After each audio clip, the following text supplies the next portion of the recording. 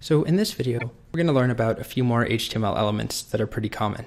So we've seen how to write comments, we've seen head and body, doc type, and HTML, as well as H1. Now we're going to learn about a bunch more things that can go in the body. So in the slides, there's a little cheat sheet here of some of the things that we're going to cover. So we'll be referring back to this in a little bit. But before then, I want to show you the MDN element reference. So this link is in the description. It's also in the slides. You could also just get there by Googling MDN element reference. And it's basically a web page that lists all the elements in HTML. So some people are surprised at how many there are. Other people, other students that I've had are surprised at how few there are. There's around, and this is just a guess, I haven't counted, but around 100 or so. This page has all of them. You can read about every single one. So, we could search for body, and we could read about body, which we've already done. What I want to show you though, is that there are a ton here. There are probably 10 to 15 that you'll use all the time. I'd say I've used about half of these in the last few months. None of these really. What I'm trying to say is there's a lot of things here. Don't feel like you need to know all of this. This is one of those times where I'm going to tell you it's not about memorization. Let's go back to our H1 and let's do a little bit of reading about H1s. So I'm just going to search on here for H1, click on the corresponding link, and basically an H1 down to an H6 are the 6 levels of document headings. So an H1 is going to be the most important heading on your page. It's the largest heading, down to an H6, which is still a heading, but it's the least important heading. So you can see there's an example here. H1, H2, H3, all the way down to H6. This is the resulting HTML. So here's another example here, where we've got some H1s and some other tags, and we end up with this, a heading element. We'll go ahead and make a few more H1s. A few more heading elements. So we'll do an H2. We won't do all of them. And we'll do one more.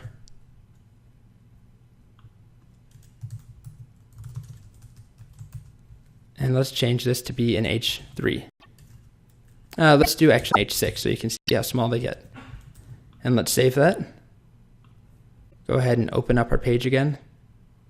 And you can see that we have a large heading, a slightly smaller heading, and this absolute smallest heading that we can go.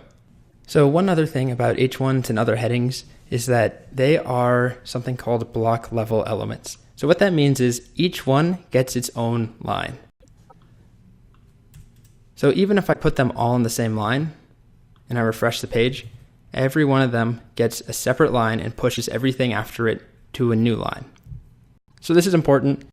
This will come up because there are going to be other elements that do not behave this way, and those are called inline elements. Okay, so I'm going to undo that, make sure we have this spaced correctly. Let's go ahead and add some text here. So I'm going to, let's say that this is just a little bio, so I'm going to put some text here. This is some text, blah, blah, blah. And this I just want to be regular text. I don't want it to be big or highlighted or anything. So I could just write text like this. I'm just going to add a bunch more here. And I refresh my page, and I get this giant thing of text on one line. But let's say that I realize I actually want a line break right here. These are 2 paragraphs of nonsense. To do that, I can use the paragraph tag. So if we went back here and we search for the P tag,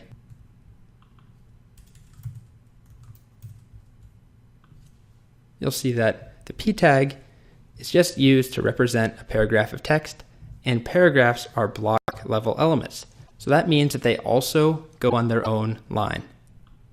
So let's add a paragraph in here. So I want to split here and here. Here. So I just wrap this in a paragraph tag, like so. And then I'll add another paragraph tag in front of this. And afterwards, there we go. Make sure we save that. And we refresh. And now we have 2 paragraphs that are on separate lines. So let me go and get some text. Let's just do lorem ipsum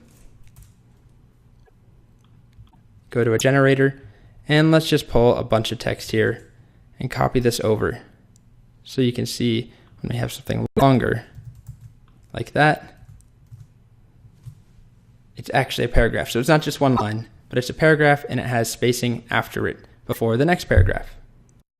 So now that I have my paragraph here, let's suppose that I wanted to make some text stand out. I want to italicize the title of a book, or I want to bold a keyword, for instance. So there are ways of doing that with HTML. I'll show you one here. Let's say I want to make simply dummy text bolded. So to do that, I could write a B tag around it. And as I mentioned earlier, this is actually not the best way of doing this anymore. But I'm going to show it to you here briefly, just so you can see it. So I refresh the page, and you can see simply dummy text is bolded. And more importantly, or equally importantly, it doesn't take up a new line. It's still in line. So there is something called a block level element, which we talked about. These take up their own block level. This paragraph does. This takes up its own block. And there are inline elements that just slip in and won't actually force something down to a new line. So if we go back, I did say it's not really the best way of doing it anymore. We're going to talk about that in a future video about semantic markup. Basically in HTML5, your HTML now needs to be meaningful. So by simply saying something is bold, it doesn't really say anything about the text. So rather, there are a few options. The most common one is to use strong. And so strong has a little bit more meaning. It will do exactly the same thing. You will not notice a difference here. But the idea is that by saying this is strong rather than bold, that means something a little bit more.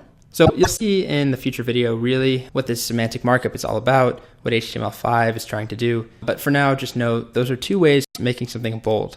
Likewise, there are a few ways of italicizing some text. So if I want to italicize lorem ipsum, I could do the I tag. You can see I have italicized lorem ipsum there. But the better way of doing it is using the em tag, which is for emphasis. And it looks exactly the same. And the idea again is that emphasis means something more rather than just saying I. So we want to separate, and this is what HTML5 did, we want to separate our styling from our structure. So by saying something should be italicized or bolded, that's actually the styling of it. But by saying something is stronger or something is emphasized, that's not how it's styled or how it looks. That is more about the structure of it and what it means. So in summary, we've got H1 through H6. These are block level elements. We've got paragraphs, which are also block level. They take up their own line. And then we've got strong and em, or emphasis. And these are inline elements that let us bold or italicize things.